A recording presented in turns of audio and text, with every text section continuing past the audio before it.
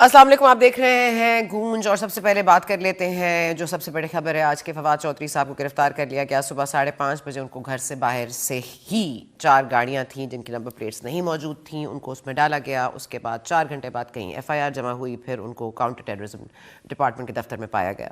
अब ये तमाम तर चीज़ें हैं। उसके बाद कहा जा रहा है हथकड़ियाँ क्यों लगी उनको, उनके मुँह पर सफ़ेद कपड़ा डाल के उनको अदालत में पेश किया गया। आज लाहौर हाई कोर्ट में एक बड़ा सख्त किस्म का जो जारहाना अंदाज़ अपनाया वहाँ के जस्टिस साहब ने, जस्टिस तारिक सलीम साहब ने अर्जन किया 4 दफ़ा हियरिंग को। और पहले तो उन्होंने 4 दफ़ा ब्रेक लिए। पहले उन्होंने कहा किधर है फवाद चौधरी, उनको पेश किया जाए। फिर दोबारा कहा कि जब समाअत दोबारा शुरू हुई तो उनसे फिर ये सवाल किया गया कहाँ है फवाद चौधरी साहब। उन्होंने कहा जी मुझे नहीं मालूम, लाहौर के पास नहीं है, इस्लामाबाद में है। इस्लामाबाद पुलिस के हाथ लग गए हैं, या हाथ चढ़ गए हैं, या हाथ में आ गए हैं। अब इस्लामाबाद पुलिस की गाड़ी को रोका गया फवाद चौधरी साहब के लिए।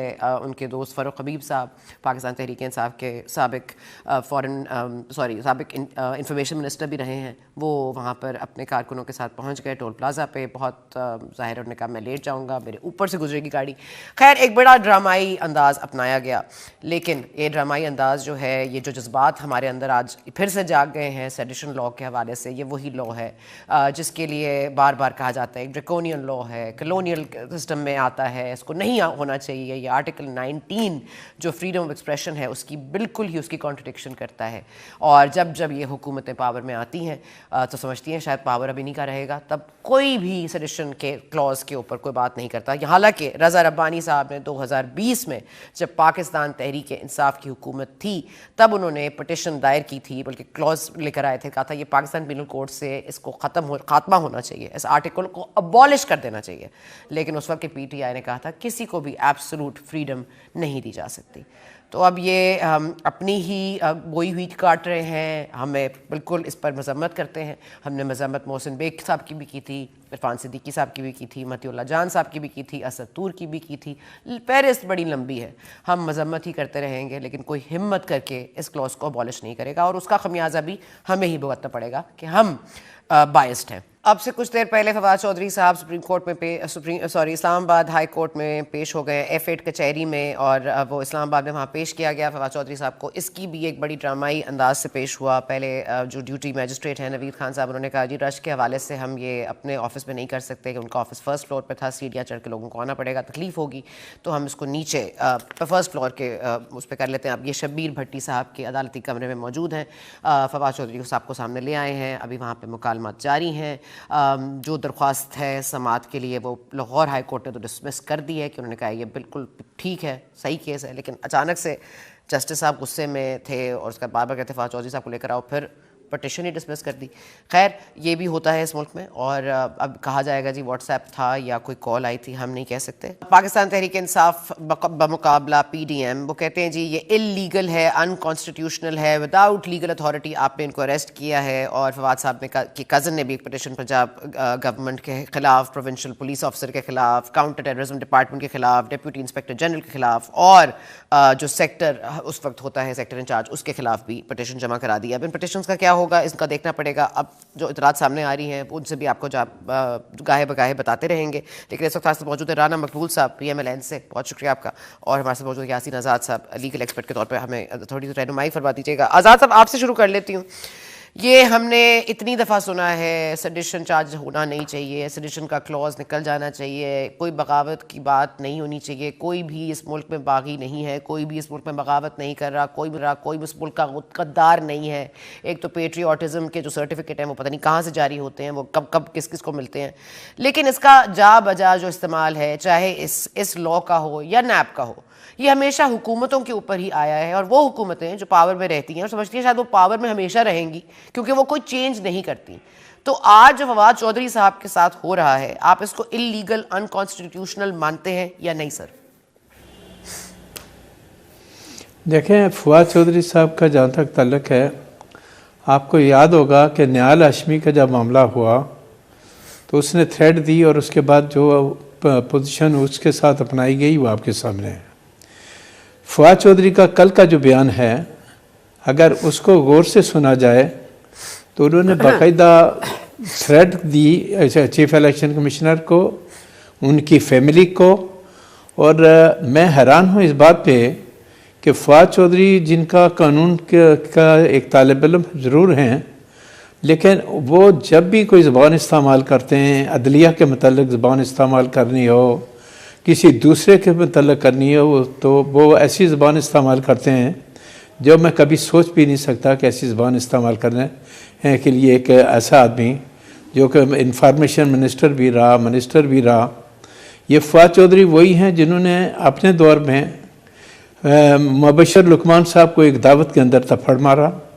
ये फवाद चौधरी वही हैं जो इन्होंने एक इब्राहिम समी साहब को मारा। तो उस वक्त कानून नज़र नहीं आया कि एक प्राइवेट महफिल में आप लोगों को थप्पड़ मार रहे हैं या लोगों को गालियाँ दे रहे हैं, या वक्तन फ़क्तन आपने अपने 4 साल के दौरे हुकूमत में नैब के जितने केसेस बनाए, राना सुल्तान साहब के ख़िलाफ़ हीरोइन का केस बनाया, उस वक्त आपको कानून और आइन नज़र नहीं आया। और आज जब आपकी बारी आई तो आप कहते हैं जी बुनियादी हकूक़ की खिलाफ वर्जी भी हो गई, आप आइन की भी बात करते हैं, कानून की भी बात करते हैं। तो मैं ये समझता हूँ कि आपको अपना 4 साल दौर नहीं भूलना चाहिए। नंबर 1, जो ज़बान फवाद चौधरी ने कल इस्तेमाल की उसके मुताबिक इलेक्शन कमीशन, जो मेरी इतलात हैं, इलेक्शन कमीशन के सेक्रेटरी ने बाकायदा कंप्लेंट दर्ज की, उस पर यह रिपोर्ट FIR दर्ज हुई और उसके बाद उनको गिरफ़्तार करके लाया गया। तो क्या जब कोई आदमी जुर्म करेगा तो क्या उसकी गिरफ़्तारी अमल में नहीं आएगी? ज़ाहिर है हर हालत में आएगी। और रिमांड के लिए उनको इस्लामाबाद लाया गया।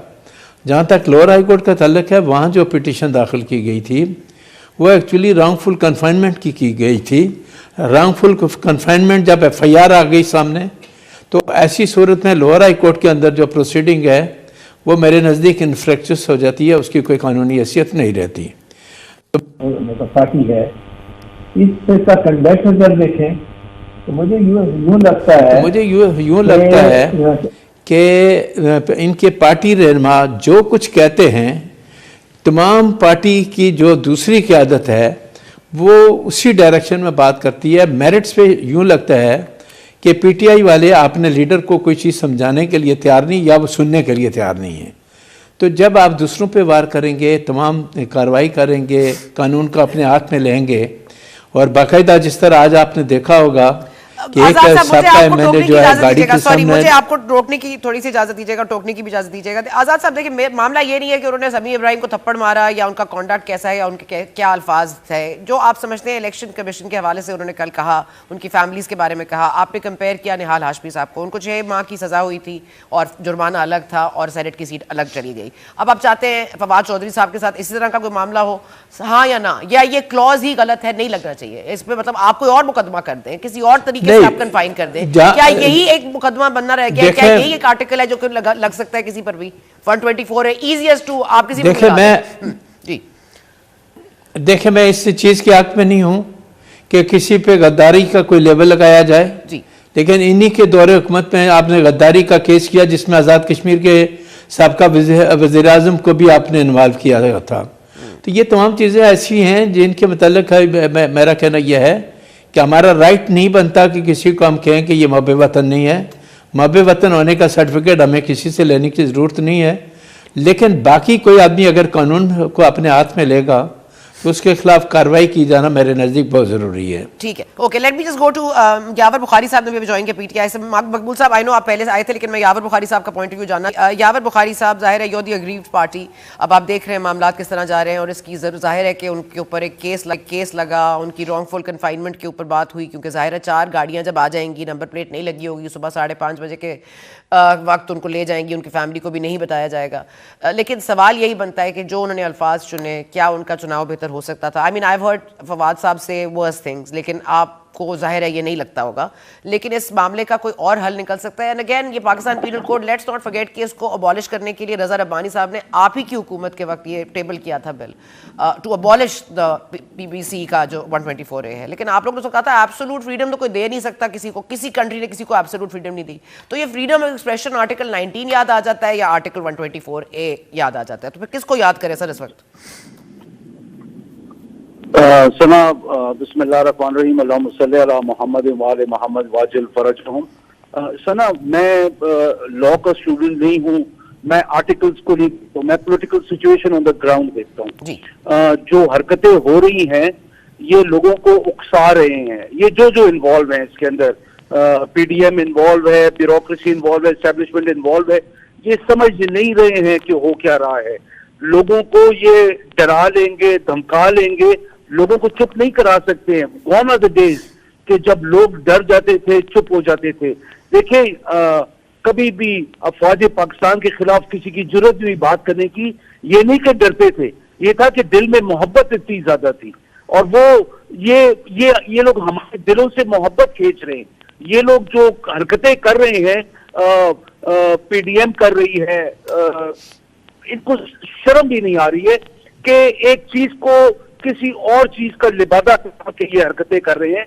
देखिए इनको नुकसान होगा और ये खमियाजा पूरी कौम भुगतेगी। ये दे डोंट अंडरस्टैंड कि कितनी गलीज हरकत ये लोग कर रहे हैं। फवाद चौधरी के अंदर 1000 नुक्स होंगे। उसने मुबशर लुकमान को थप्पड़ मारा, समी इब्राहिम के साथ बदतमीजी की, वो उनका पर्सनल इशू था, उसके अंदर कौम का कोई ताल्लुक नहीं था। किसी ने पूछा कि मुबशर लुकमान को थप्पड़ मारने से पहले उनकी आपस में क्या हुआ, वो तो कोई नहीं पूछता है। वो ये देखते मुबशर लुकमान ने फवाद चौधरी ने थप्पड़ मारा। मैं कंडेम करता हूँ इस चीज को, कभी भी नहीं करना चाहिए था फवाद चौधरी को, लेकिन कर गए।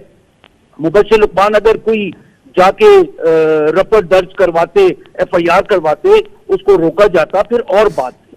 लेकिन ये जो हरकत इन लोगों ने की है, दिस इज नॉट राइट।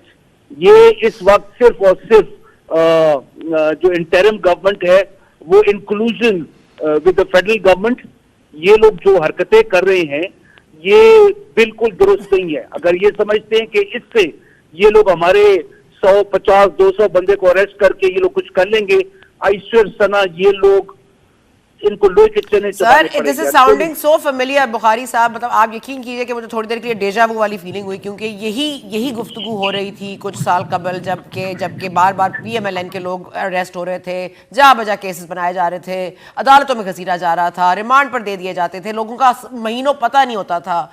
आपने उनको जहाँ पे डेथ सेंटेंस के मुलजिमों को रखते हैं, आपने खाकान अब्बासी साहब को वहाँ रखा, आपने राणा सनाउल्लाह साहब के ऊपर चूंटियां तक चलवाई, आपके prime minister sitting Imran Khan साहब ने अमेरिका में कहा मुंह पे हाथ रखे कि मैं देख लूंगा, जाके मैं उनका टीवी निकालूंगा। आई एम जस्ट सेइंग कि ये इस तरह का माहौल हमने पहले भी देखा है। आपने इनका भी फिर कुछ ना बिगाड़ सके, ये आपका भी कुछ नहीं बिगाड़ सकेंगे। तो ये कहते हैं इन्होंने ये किया, आज आप देख लें वो निहाल हाशमी वाला केस लेकर आ गए हैं। वो कह रहे जी उन्होंने ये बात की थी तो उनको तो 6 माह की सजा मिली थी और उनकी तो सेनेट की सीट भी गई थी। तो मतलब इसी बहस में पड़े रहना है या आपको पॉलिटिकल डायलॉग करना है, आपने टिट फॉर टैट करना है या इस मामले को कहीं सुलझाना भी है। वो अभी भी इमरान खान साहब जिहाद की बात कर रहे हैं। अब जिहाद मतलब कैसा जिहाद, कौन सा जिहाद, अपनी कौम के खिलाफ कौन जिहाद करता है, ऐसे क्यों हो रहा है, इसको कैसे कंट्रोल किया जाए? Yawar Bukhari sahab, quick response and I have to go to Maqbool sahab. जी Sana, you talking to me? Yes Bukhari sahab. अच्छा सना, देखिए ये जो बातें हो रही है ना, ये क्या हो रहा है, ये लोग आखिर में तंग आ रहे हैं। आप क्या समझ रहे हैं, जो पीटीआई के वर्कर्स हैं वो अगर इस टाइम पे खामोशी से जमान पाक के सामने खड़े हैं तो आप क्या समझती हैं वो कल इश्तिहाल में नहीं आ सकते? ये जो बात आप कर रही है वो बातें तब होती हैं कि जब कोई इंसानियत का कोई लेवल हो। सर मोहसिन बेग साहब के साथ जो हुआ, जो इरफान सिद्दीकी के साथ हुआ, जो मतीउल्लाह जान साहब के साथ हुआ, उससे तो उन्होंने इग्नोरेंस कर लिया ना। मुराद सईद ने नहीं कहा था एफआईए को, क्या मोहसिन बेग को नहीं उठाया गया था? क्या मोहसिन बेग के ऊपर तशद्दुद नहीं किया गया था? सो लेट्स नॉट फॉरगेट कि we all put our part in this whole parcel that is not explored. Sana, आप मुझे जानती हैं, मैं हर ऐसी हरकत को जो इंसाफ के लेवल को गिराए, जो किसी अपने ओपोनेंट के साथ बेजाज जुल्म करे, मैं उसके खिलाफ चाहे पीटीआई करे। I know बुखारी साहब, I know that and I respect you for that। मैं बिल्कुल अगेंस्ट हूँ, चाहे वो इमरान खान करे मैं अगेंस्ट हूँ, नहीं हूँ मैं इस हद पे। लेकिन इस वक्त जो कुछ हो रहा है सना, उसके अंदर कोई टिट फॉर टैट नहीं हो रहा है। वो कर ये रहे हैं कि हमारी जो पॉपुलैरिटी है वो समझें कि शायद इसको दबा लेंगे, लेकिन ये जो भी करेंगे हमारी 2%, 3% हमारी रेटिंग्स बेहतर हो रही हैं। ये लोग नहीं समझ रहे हैं कि लोग तंग हैं इन लोगों की करप्ट गवर्नमेंट से, इनकी नाअहल गवर्नमेंट से, और हम लोग जिस तरफ जा रहे हैं लोग बगावत की तरफ आएंगे। Okay, let me come back to you. यावर बुखारी साहब, if you allow me, I'll come back to you, sir. मकबूल साहब, can you please थोड़ा सा अपना इनपुट दीजिएगा, क्योंकि जाहिर है ये मामलात हम देख चुके हैं, इस मुल्क में पहली दफा नहीं हो रहा। जो हुकूमत आती है वो कहती है हम कुर्बानियां दे रहे हैं, जो हुकूमत एम्पावर होती है वो दूसरे को दबाती है, कभी नैब के हाथों, कभी ये 124A लगा के। मतलब आप लोग ना नैब को डू अवे करते हैं, ना इस क्लॉज को डू अवे करते हैं, और हम यहीं बैठे हुए हैं कि कब किसकी बारी आएगी तो वो कब किस पर लगाएगा। अब ये मामला टिट फॉर टैट का हो रहा है, या जो फवाद चौधरी साहब ने कहा है वो गलत है, बिल्कुल गलत है। जस्टिस ज़ेबा साहबा के हवाले से जो बात हुई थी वो भी गलत थी, लेकिन अब यहां पर डिबेट आ गई है कि अब फ्रीडम ऑफ एक्सप्रेशन कहां खत्म होता है और कहां पे वायलेशन ऑफ राइट शुरू होता है। सर देखिए जी, आपने बड़ी दानिशमंदी की बातें की हैं। आपने पहले तो डायलॉग की बात की है। डायलॉग के लिए क्या एफर्ट्स की गई हैं, आपस में बैठने के लिए, सुलह जोई के लिए, इश्यूज़ को एमिटी और अंडरस्टैंडिंग के साथ हल करने के लिए। आपने इश्तिहाल ही दिलाया है और प्रोवोक किया है अपने वर्कर्स को भी, अपने बंदों को भी, बल्कि जिसने नहीं किया उसको डांटा है और जिसने किया है उसको मज़ीद इनकरेज किया है। जो आपने डिक्शन इस्तेमाल किया, जो गाली गलोच का, दुश्मनाम तराजी का, ताना जनी का, बोहतान तराशी का एक नया कल्चर दे दिया गया है गुफ्तगू को भी, तकारीर को भी और कम्युनिकेशन को भी। इस चीज़ पे गौर करने की ज़रूरत है। ये एक परमानेंट इरिटेंट बनता जा रहा है। बात यह है कि अगर आप किसी के साथ बैठना चाहते हैं तो फिर एक मोहब्बत का मैसेज तो देना। आप तो इतनी ज़्यादा नफ़रत की बातें करते रहते हैं, इससे मामलात बिगड़ते हैं, इससे ठीक नहीं होते। इसलिए ये जो अब ये वाक़या हुआ है जो फवाद चौधरी साहब का, बात यह है कि अगर उनको गुस्सा है तो गुस्से के लिए आपने सही कहा है, यासीन साहब ने भी कहा और ख़ुद शाह साहब भी कह रहे हैं, बुखारी साहब भी, कि इसमें अल्फाज के चुनाव में मुहतात होना बड़ा ज़रूरी है। अब जो उन्होंने कहा है कि जी इनको मिलिया मेट कर दिया जाएगा या जो भी कर दिया जाएगा, तबाह व बर्बाद कर दिया जाएगा, ना ये वकील की ज़बान है, ना ये पॉलिटिशियन की ज़बान है, ना ये किसी ज़िम्मेवार शहरी की ज़बान है। अब इलेक्शन कमीशन के सेक्रेटरी ने जो अपनी FIR दर्ज कराई है वो सारे कंटेंट्स इसमें मौजूद हैं। अभी बात सेक्शन 124A की बार बार हो रही थी। हम शायद सारे लोग उसको पढ़ते नहीं हैं सही मानों में। वो बड़ी सादा सी बात है, हम उसको ईमानदारी से अप्लाई करें तो फिर तो ठीक है, लेकिन मिस अप्लाई नहीं करना चाहिए। वो कहते हैं कि बाई वर्ड्स स्पोकन और रिटन, साइंस, विजिबल रिप्रेजेंटेशन और otherwise brings attempts to bring into hatred or contempt or excite an attempt to excite the federal or provincial government established by law shall be punished with imprisonment to which fine may be added over the imprisonment, which makes 10 to 3 years, to which fine may be added। ये height जो आप इसको height reason हम बनाते रहते हैं ना, ये causing disaffection and contempt towards the professional government officials। और अगर वो साबित होता है तो ये ट्रीजन तो नहीं है कि ऑफेंस तो है, कपल्ड विद क्रिमिनल इंटिमिडेशन कि हम आपको मार देंगे। 506 जो भी है वो जब लगती है तो उसकी जो ऑब्वियसली ग्रेविटी भी बढ़ जाती है। तो क्यों ना हम एहतियात करें, हम बार बार ऐसी बात क्यों करते हैं। अब जो भी करेगा, आपने 2-4 मिसालें भी दी हैं, वो इसके यानी कि आया इसके मामलात में और उनको सजाएं भी हुई हैं। तो बेहतर है कि इसको हम वॉर ऑफ वेंजेंस ना बनाएं और आइंदा के लिए मोहतात रहें। सर, मेरा प्रॉब्लम क्या है मकबूल साहब, मेरा प्रॉब्लम क्या है, मेरा प्रॉब्लम क्या है, मैं आपको बताऊं कि मैं एक पोजीशन नहीं ले पाई। सुबह से I have been wanting to tweet on this issue and I haven't been able to take a position. I tell you why. Because Fawad Chaudhry sahab ने जो कहा, आई टोटली मैं समझती हूँ कि गलत कहा, मैं मजम्मत करती हूँ उसकी। वो जो जस्टिस ज़ेबा साहबा के बारे में कहा था वो उसकी भी मजम्मत करती हूँ। जो मुस्तफ़ा नवाज खोखर साहब ने आज कहा है कि इतनी छुई मुई होगी इलेक्शन कमीशन, मैं उसको भी सही नहीं मानती। लेकिन मैं ये भी नहीं मान सकती कि एक जायज़ FIR अगर कटती है तो एक आदमी को 5:30 बजे 4 गाड़ियां क्यों उठा लेती हैं और उनमें नंबर प्लेट्स क्यों नहीं होती, और एक गिरफ्तारी डे लाइट में क्यों नहीं होती, उसको हथकड़ियां क्यों लगती हैं, उसके मुंह पे सफेद कपड़ा क्यों बांधा जाता है। जाता है। एक आपका फेडरल मतलब मिनिस्टर रह चुके हैं, आपके नेशनल असेंबली के मेंबर रह चुके हैं, कुछ पार्टीज का हिस्सा भी रह चुके हैं। मतलब ये आपका क्वेश्चन मार्क यहां रेज होता है सर, जहां पे आपकी अमल दखल कम और किसी और का अमल दखल ज्यादा होता है। Therefore it is not democratic और कॉन्स्टिट्यूशनल। Yes sir. मैं आपकी बात से 100% एग्री करता हूं। आपको इस चीज़ पे सही, आपका जो मखमसा है ये ख़त्म होना चाहिए। हर चीज़ अकॉर्डिंग टू लॉ होनी चाहिए। जो हम लॉ को बाईपास करते हैं, ओवर स्टेप करते हैं, वो नहीं करना चाहिए। आपने तीनों चारों ये नकात के बयान किए हैं, वो नहीं होने चाहिए थे। लेकिन जो सब्सटेंटिव लॉ है उसमें कोई बंदा भी अगर ऐसी बात करता है तो लॉ की पकड़ में आता है। जो इसके अलावा एक्स्ट्रा ऑर्डनरी स्टेप्स लिए जाते हैं वो नहीं लेने चाहिए। मैं आपसे एग्री करता हूँ। और बेहतर है कि कोई ऐसा अमल न किया जाए जो इस लॉ की गिरफ्त में आए।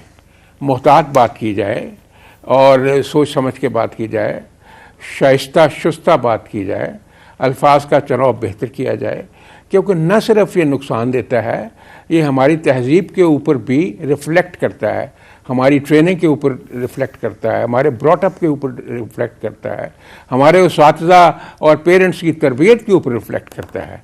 इसलिए ये बड़ी जिम्मेवारी का मामला होता है। ये सारे इंपॉर्टेंट लोग हैं जो ऐसी बात करते हैं, उनको नहीं करनी चाहिए।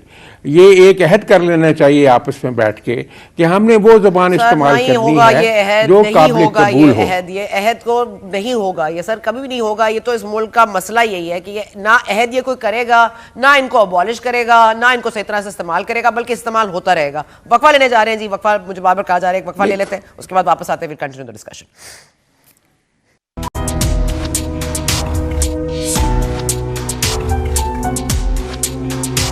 जी वेलकम बैक। हम अब बात कर रहे हैं फवाद चौधरी साहब के अरेस्ट के हवाले से भी, और ये कि जो सेडिशन क्लॉज है जो 124A PPC है पाकिस्तान पेनल कोड की, क्या उसको अबॉलिश होना चाहिए, नहीं होना चाहिए। हमारे साथ मौजूद हैं यासीन आज़ाद साहब, राना मकबूल साहब और यावर बुखारी साहब। मैं यावर बुखारी साहब आपके पास आऊँगी क्योंकि यहाँ पे डायलॉग के लिए मुझे तो बातचीत के दरवाजे यहाँ तो खुले नजर आ रहे हैं, या नहीं खुले तो खुलने वाले लगते हैं, लेकिन आप लोग खटखटाने की जहमत करना चाहते हैं कि नहीं? ये चीज है ना, जो खान साहब का स्टांस है वो किसी फर्द वाहिद के खिलाफ नहीं है, वो उनकी हरकतों के खिलाफ है।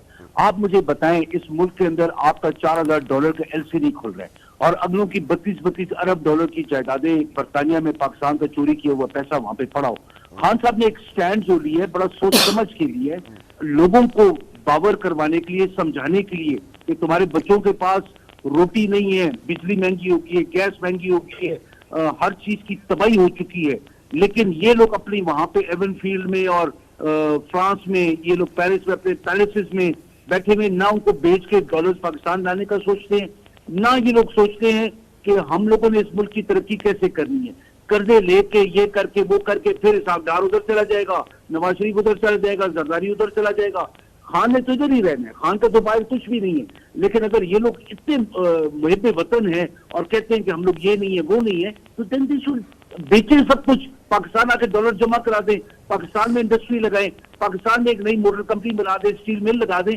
मैं प्रॉमिस करता हूँ कि मैं खान साहब के पांव पड़ के कहूंगा जी इनको माफ करें, ये लोग पैसा कम से कम पाकिस्तान तो ले आए हैं, पाकिस्तान को खुशहाल करने की कोशिश कर रहे हैं, सो फॉरगिव देम। आप ये सांस छोड़ें और बैठ जाए टेबल के ऊपर इनसे बात चलें। आप ठीक है, आपकी बात आ गई। ओके आज़ाद साहब, मैं आपके पास आना चाहूँगी, ये फरमा दीजिएगा सर कि ये जो मामला आप देख रहे हैं, क्योंकि आज हमें आज बहुत ही, आपको पता है, बहुत दिनों से, बल्कि चंद हफ्तों से, चंद महीनों से ये बात बहुत गर्दिश कर रही है। दबे दबे अल्फाज में कहा जाता है कि जी जुडिशल ओवर रीच है और जी अदालतें बड़ी मेहरबान हैं इमरान खान साहब पर, देखें जी उनको रिलीफ मिल जाता है। कल इलेक्शन कमीशन ने भी कहा कि जी हम आपको यहाँ पे बुलाते हैं, आपके वारंट जारी करते हैं, आप जाके स्टे ले लेते हैं। कल ही इलेक्शन कमीशन ने ये कहा है। फवाद चौधरी साहब उस कराची में थे, कहा जा रहा था, फिर वो इस्लामाबाद से पता नहीं कैसे बरामद हो गए। अच्छा, उसके बाद ये कि लाहौर से कैसे बरामद हो गए। अच्छा, दूसरा ये कि अब आप ये बता दीजिएगा कि अब ये भी बहुत सुनने में आ रहा है कि इमरान खान साहब ने अकामे पे निकाला नवाज शरीफ साहब को, अब इमरान खान साहब क्यों डिस्क्वालीफाई नहीं हो सकते, टेरियन वाला मामला है। देखें ना, उन्होंने अपनी बेटी को अब माना ही नहीं कि वो बेटी है, उन्होंने तो अपने असासे भी डिक्लेयर नहीं किए, अपने असासे जो बच्चे होते हैं उनको डिक्लेयर नहीं किया। अब ये मामले, मतलब अदालत से आपको अगर रिलीफ नहीं मिलेगा तो इस तरह से आप ओवर रीचिंग तो ये लोग भी कर रहे हैं ना सर। देखिए, मैंने तो अपनी ज़िंदगी में ये देखा है कि वक्तन फ़वक्तन हम एक दूसरे पे इल्ज़ामात लगाते हैं, और PTI ने अपने 4 साल दौरे हुकूमत में लोगों पे इल्ज़ामात ही लगाए, लेकिन किसी इल्ज़ाम को ये साबित नहीं कर सके। मेरा अपना ज़ाती मौक़िफ़ ये है कि किसी पे इल्ज़ाम लगाने से पहले जब तक आपके पास ठोस एविडेंस नहीं है आपको इल्ज़ाम नहीं लगाना चाहिए। बुखारी साहब अभी ये कहते हैं कि जी ये लोग ये गलत करते हैं, इनके पैसे वहाँ पड़े हुए हैं, तो मैं बुखारी साहब से माज़रत के साथ ये बात कहूँगा कि आपके लीडर के ख़िलाफ़ ये इल्ज़ाम है कि उनकी सिस्टर जो है वो 60,000 रुपया लेके पाकिस्तान से बाहर गई है। आपके ख़िलाफ़ ये इल्ज़ाम है कि शौकत खानम के पैसों में से $3 मिलियन आपने इन्वेस्टमेंट किया जो ज़कात का पैसा था, नहीं करना चाहता। आपको तो ऑनरेबल सुप्रीम कोर्ट ने अमीन और सादिक डिक्लेयर किया हुआ था, आपको तोशा खाने के सामान को नहीं बेचना चाहिए था। तो दूसरों पे इल्ज़ाम लगाने से पहले कम अज़ कम हमें अपने गिरबान में भी झांक के देखना चाहिए कि मैं बज़ाते ख़ुद क्या हूँ। यही वजह में है कि मैं अमूमन एक बात कहता हूँ और आज आपके प्रोग्राम के हवाले से भी ये बात करता हूँ कि इल्ज़ामात लगाने से पहले आप अपने पास एविडेंस लेके आएँ। कम अज़ कम ये तो बता दें कि इस आदमी के ख़िलाफ़ ये एविडेंस है जो हम इल्ज़ामात लगा रहे हैं। इसी तरह बहुत सारे इल्ज़ामात आप हमारे जो अमीन और सादिक कायद हैं उनके ख़िलाफ़ इल्ज़ामात हैं, उसका वो जवाब देने के लिए बिल्कुल तैयार नहीं है। पाकिस्तान की जो सूरत हाल है मैडम, आपके इस प्रोग्राम के हवाले से मैं ये बात करता हूँ कि हम कहते हैं जी हमारे इदारे तबाह बर्बाद हो गए। ये एक हकीकत है कि हमारे इदारे तबाह बर्बाद हो गए, लेकिन मैं ये सवाल पूछता हूँ अपनी पॉलिटिकल पार्टियों से कि ये मानते हुए कि पाकिस्तान इस वक्त मुश्किल सूरत हाल से दो चार है, माशी एतबार से भी हम तबाही और बर्बादी के दाने पे खड़े हैं, क्या हमारी सियासी जमातों की ये ज़िम्मेदारी नहीं बनती कि पाकिस्तान को इन क्राइसिस से निकालने के लिए ये आपस में मिल के बैठें और पाकिस्तान को क्राइसिस से निकालने के लिए अपना रोल प्ले करें? आप तो कहते हैं ये चोर है, डाकू है, आप उसके साथ बैठने के लिए तैयार नहीं हैं। अपने आप को अमीन और सादिक कहते हैं, तो ये तरीक़ाकार ऐसे नहीं चलेगा। इस मुल्क के हालात को बेहतर बनाने में हमारे सियासतदानों को एक रोल प्ले करना पड़ेगा। पाकिस्तान को क्राइसिस से निकालना पड़ेगा। मैं हैरान हूँ कि पंजाब का सबसे बड़ा सूबा जिसकी आबादी तकरीबन 12.5 करोड़ से ज़्यादा है, आप एक तरफ तो एतमाद का वोट आप अपने चीफ मिनिस्टर को कहते हैं ले लो, वो जो एतमाद का वोट लेता है और वही चीफ मिनिस्टर वो एक आदमी की खुशनुदी के लिए दूसरे दिन असम्बली को तोड़ देता है। तो मैं ये समझता हूँ कि क्या आप ये 5-6 महीने जो है आप बर्दाश्त नहीं कर सकते थे? अगस्त में तमाम पार्लियामेंट हमारी जो सूबाई असम्बलियाँ हैं या कौमी असम्बली हैं उनका टाइम पूरा हो रहा था। आइन आपको 5 साल के लिए इलेक्ट करता है। पार्लियामेंटेरियन जो हमारे हैं वो 5 साल के लिए इलेक्ट होकर पार्लियामेंट में जाते हैं। मैं पार्लियामेंटेरियन से ये बात पूछता हूँ कि मेरे नज़दीक पार्लियामेंट के इदारे को सबसे ज़्यादा मजबूत इदारा होना चाहिए। आपने उस इदारे को सबसे ज़्यादा कमज़ोर इदारा बनाकर रख दिया। वो इदारा जो कानून साजी करता है वो एक दूसरे को गालियाँ देता है। आपने पहले कौमी असम्बली से इस्तीफ़े दिए और कहा कि हम तुम्हारे इस्तीफ़े कबूल करो। अब जब कबूल होने की बारी आई तो आपने जाके कहा कि हम वापस ले रहे हैं। अभी थोड़ी देर पहले मैंने देखा कि जो 43 आदमी थे जिन्होंने एप्लीकेशन दी थी कि हमारे इस्तीफ़े हम वापस लेते हैं, उनको भी इलेक्शन कमीशन ऑफ पाकिस्तान ने डी नोटिफाई कर दिया। अब उनका चैप्टर क्लोज़ हो गया। तो आपको ये पता था कि 2 सूबों में आपकी हुकूमत है, आपको पता था कि कौमी असम्बली में एक भारी अक्सरियत आपकी है, आपने ये रोल जाके अपने मसाइल को हल करने के लिए पार्लियामेंट के अंदर अदा क्यों नहीं किया? एक दूसरे को गालियां क्यों दी?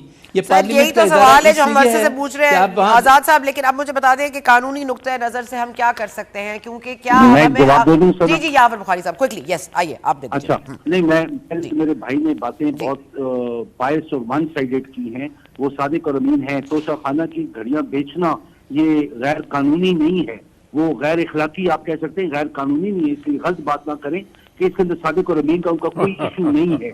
लेकिन जहां तक बात है कि उनकी बहन को अरेस्ट करें, उनकी बहन से आप पैसे लें, मैं ऑल फॉर इट के रूल ऑफ लॉ को आप इम्प्लीमेंट करें। लेकिन जहां तक आप बात करते हैं कि पार्लियामेंट स्ट्रांग होनी चाहिए, पार्लियामेंट को ये होना चाहिए, ये हमने मेरे भाई शुरू नहीं किया था। आपसे आई विटनेस नहीं है, मैं पंजाब में आई विटनेस क्योंकि मैं MPA था यहाँ पे जिस तरीके से नून ने हुल्लड़बाजी की वो आप सोच नहीं सकते हैं। डेस्कों के ऊपर खड़े होकर डेस्क तोड़े और परवेज लाई को मुंह के ऊपर गालियां दी और पेपर फाड़ के जिनके ऊपर अल्लाह का नाम लिखा होता है, बिस्मिल्लाह लिखी होती है, फाड़ के फेंके। ये हमने नहीं शुरू किया था, हम खामोश बैठे रहते थे। जहां तक बात है कि एक फर्द वाहिद की खुशनुदगी, I am sorry you are wrong again. हमारी एक स्ट्रेटेजी थी अर्ली इलेक्शंस के लिए, एक फर्द की खुशनुदी नहीं थी, it was a collective decision जहां पे हमने बैठ के फैसला किया, ठीक है ये एक तरीका है भी अर्ली इलेक्शन कॉल करवाने का, कितनी मैस रेजिग्नेशन या 2 असेंबलीज को डिसॉल्व करके ऊपर आप रेजिग्नेशन दे दे नेशनल असेंबली में और ये होगा। अच्छा, फिर अगर ये लोग इतने अच्छे हैं मेरे भाई के मुताबिक, तो इन लोगों ने पहले ये क्यों कहा कि सारे इंडिविजुअली स्पीकर के सामने आए और हम तब एक्सेप्ट करेंगे, हैंड रिटर्न हो। जब हम लोगों ने ये फैसला किया कि हम अदम एतमाद की तहरीक लाएंगे या इनको कहेंगे कि वोट ऑफ कॉन्फिडेंस लें, तो मेरे भाई को भूल गई ये बात के उन लोगों ने फौरन ये पार्लियामेंटेरियंस को उनकी रेजिग्नेशन एक्सेप्ट करनी शुरू कर दिए। मतलब खुदा का वास्ते मैं ओपनली कह रहा हूँ, गलत गलत होता है, सही सही होता है। हम लोगों ने बताया कि कहां पे हमारी कलेक्टिव डिसीजन मेकिंग थी। यहाँ पे आप एक गलत बात कर रहे हैं एक बुजुर्ग होके, और आप ये बता रहे हैं okay I get your point. Okay Azad sahab, आप कुछ ऐड करना चाहेंगे very quickly, then I have to take Saira Bano also. जी मैं सिर्फ ये एक बात कहता हूँ जी कि पीटीआई के दोस्तों में कम से कम इतनी अखलाकी ज़रूरत होनी चाहिए कि जब वो दूसरों को क्रिटिसाइज़ करते हैं और दूसरों पे इल्ज़ामात लगाते हैं तो उनको भी ऐसे ही आग लगती है जिस तरह मेरी सच्ची बातों से उनको आग लगी है। तो कम से कम इस पाकिस्तान को हालत को बेहतर बनाने के लिए अपना रोल प्ले करें। आग को बुझाए सर, आग को बुझाए बात आप करें मुझे सर, मैं तो रोज मुझे आग लगती है जब मैं अपने ट्विटर पे गालियां देखती हूँ। आप छोड़ दे मेरी आग, आग को ठंडा करें सर, कोई फायदा नहीं। जी यहाँ पे बुखारी साहब, लेट मी से थैंक यू आजाद साहब। एक मिनट आजाद साहब, बहुत शुक्रिया आपका, मुझे आपको ड्रॉप करना पड़ेगा, मुझे सायरा बानो को लेना है जी, राब्ता करवाइए। बहुत शुक्रिया आजाद साहब आपका। जी यावर साहब वेरी क्विकली। यस अच्छा, मैं कहता हूँ कि जो बातें गलत हैं वो गलत हैं, चाहे पीटीआई करे चाहे कोई भी करे सर, मतलब चाहे नहीं पीटीआई ही कर रही है, बहुत सारी गलत बातें सर। एक मिनट मुझे मकबूल साहब, मुझे पता है कि इस वक्त जो आपकी मुद्दत है पार्लियामेंट की वो आप लोग मुकम्मल करना चाहते हैं, आप इंतखाबात के लिए चले मान भी जाते हैं, 70 अरब रुपए खर्च भी हो जाता है, फिर 70 नशिस्तों पे इमरान खान साहब फिर जीत जाते हैं, फिर वो इलेक्शन में आके फिर इस्तीफा दे देते हैं। चले, this is a never ending रट। पर क्या इस वक्त इमरान खान साहब को काबू करना या मुल्क में इस्तेहकाम लाना, इस तरह से इस्तेहकाम आ सकता है कि अरेस्ट किया जाए इमरान खान साहब को? क्या कोई और तरीका नहीं है उनसे उनको चुप कराने का या सब्र कराने का या उनको कोई रूम देने का कि कम से कम आप लोगों ने तो उनको उनके असेंबली से भी इस्तीफे मंजूर कर लिया? अब मतलब उनके पास जगह तंग पड़ गई है, अब वो 2 असेंबलियाँ वो खुद तोड़ चुके हैं, नेशनल असेंबली में वो जा नहीं सकते, और अब आप फवाद चौधरी साहब को भी ले आए हैं, फिर आप मोहसिन नकवी साहब को भी वो मुतनाज़ बना दिया उन्होंने, तो अब मतलब उनके लिए तो जगह तंग हो गई ना सर। मैं इसमें अर्ज करना चाहता हूँ कि जो डेमोक्रेसी के असूल हैं या डेमोक्रेटिक टेनेट्स हैं, पार्लियामेंट्री एथिक्स हैं, हमारे दोस्तों ने इसको वायलेट किया है बार बार। आप असम्बली के मेंबर थे, 5 साल के लिए इलेक्ट हुए थे। जब इलेक्ट हुए थे आपको पता है क्या उधम मचा था और कैसे इलेक्ट हुए थे, ये सबको पता है कि किसने इलेक्ट करवाया था। आपकी गवर्नमेंट बन गई, आप वोट आउट हो गए, ठीक है जी, वो वोट ऑफ नो कॉन्फिडेंस कामयाब हो गया, तो फिर अब मैदान छोड़ के क्यों भागे? ये कौन सा असूल है कि आप पार्लियामेंट छोड़ के भाग जाएं? आपकी अच्छी भली वहाँ स्ट्रेंथ थी, आप खड़े रहते, वहाँ कंटेस्ट करते, अपना व्यू पॉइंट पेश करते, हो सकता दोबारा कंसेंसस हो जाता। क्या एक ही आदमी का हुकूमत करने का हक का किसी और का हक नहीं है? इतना जो अपना सेल्फ सेंटर्ड बिहेवियर नहीं होना चाहिए। अब आपने अपनी 2 हुकूमतें जहां आप एक रोल प्ले कर सकते थे, लोगों की खिदमत कर सकते थे, वो भी तोड़ दें। क्या यही है कि जनरल इलेक्शन में आप इलेक्ट होंगे तो फिर ही काम चलेगा? ये बेसिकली अनइमेजिनेटिव किस्म का बिहेवियर है जो मैं समझता हूँ दुरुस्त नहीं है। अगर को आप इस चीज़ को करता रहे कि ये ऐसे ही है और वो तो लॉजिकल बात तो नहीं है, आप उसमें जिद करके बैठ जाते हैं। बल्कि ना मेरी बात सुने ना, आप कभी आप बैठते होंगे, कभी आपने सोचा होगा कि आपने पार्लियामेंट को क्यों छोड़ा, क्यों आप वहां से भागे? आपको वहां ठहरना चाहिए था और रुकना चाहिए था। अब बात की बात जो है, अभी आप ये 2 गलतियां और कर ली, ये डिसॉल्व करके जो 2 असेंबली जो कि काफ़ी बड़ा पाकिस्तान का हिस्सा था, आप लोगों को सर्व करते, उनकी खिदमत करते, आपसे संभाला नहीं गया। अब जो रोज़ आटा की जो रोज़ लोग चीखें मारते हो, आपको पता आटा किसका सब्जेक्ट है? वो प्रोविंशियल गवर्नमेंट का सब्जेक्ट है। फ्लोर मिलें इनके पास हैं, गोडाउन इनके पास हैं, होर्डिंग के खिलाफ मशीनरी इनके पास है। इन्होंने कुछ किया पंजाब में या KPK में? कुछ किया? हमारे ज़माने में जब कभी होता था तो लाखों टन गंदम जो है वो एडमिनिस्ट्रेशन बरामद कर लेती थी, लोगों ने जमा की होती थी सर्दियों के लिए। ये मुझे बताएं, एक इन्होंने एक मन भी गंदम कहीं से रिकवर किया? आप अच्छा चलें, कोई चीजों को रेगुलराइज करने का तरीका होता है? मैं इसका जवाब मैंने एक मिनट यावर बुखारी साहब, एक मिनट मुझे प्लीज, एक मिनट दीजिएगा। मकबूल साहब, जवाब नहीं बुखारी साहब, इसका जवाब कोई नहीं, हम बहस करते रहे। आप लोगों ने 12 लाख टन गंदम आप लोगों ने एक्सपोर्ट की जब आपकी पंजाब में हुकूमत आई। 12 लाख टन गंदम आप लोगों ने एक्सपोर्ट की। अगर नहीं है तो रिकॉर्ड आप जाके चेक करें। आप लोगों ने एक आर्टिफिशियल शॉर्टेज क्रिएट की, ये आप लोगों के सर के ऊपर आता है। हम लोगों ने तो आके गंदम का कोटा दुगना किया फ्लावर मिल्स के लिए कि ये शॉर्टेज जो आर्टिफिशियली आप लोगों की, तो लोगों को मिला तो नहीं है ना, ये ज़बानी कलामी कर दिया होगा। या जाके चेक कर लें। अगर आपको इल्म नहीं है तो फिर मेरी गलती नहीं है।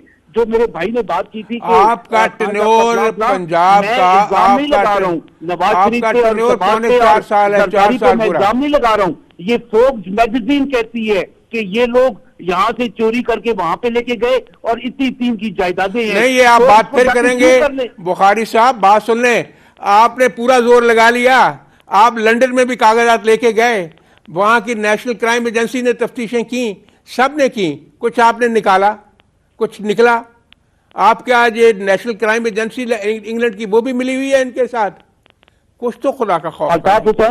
वो जो आप मियां नवाज की वो मियां नवाज की जो बात करते हैं हर रोज, आपको पता है कि उसके वालिद का टर्नओवर क्या था? 14 अरब टर्नओवर होता था हर साल उसका। आप क्या करते हैं बुखारी साहब ऐसी बातें?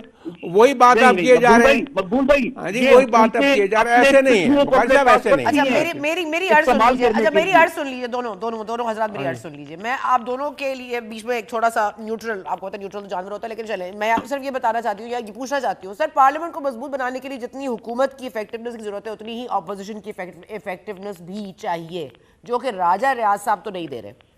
ये बात आप मानते हैं मकबूल साहब? क्योंकि एक effective opposition has to be played as effective opposition. और मैं सायरा बानो को इसलिए लेना चाही थी, but I guess we are out of time also. But Saira से भी यही पूछना चाहती हूँ क्योंकि देखिए वो मौजूद है ऑपोजिशन में, but they are not allowed to exercise क्योंकि वो नंबर्स में कम है। आपका जो ऑपोजिशन लीडर है वो आपको किस चीज के लिए आपने रखा हुआ है? जो आप ही के टिकट का मतलाशी है, वो आपके लिए क्या ऑपोजिशन करेगा? वो ऑपोजिशन वो पार्लियामेंट क्या पार्लियामेंट है क्या ऑपोजिशन नहीं है? सर मेरी आप बात ये एक मेरी बात सुनो। यही बात आप करते करते पहले काम खराब हुआ ना। बात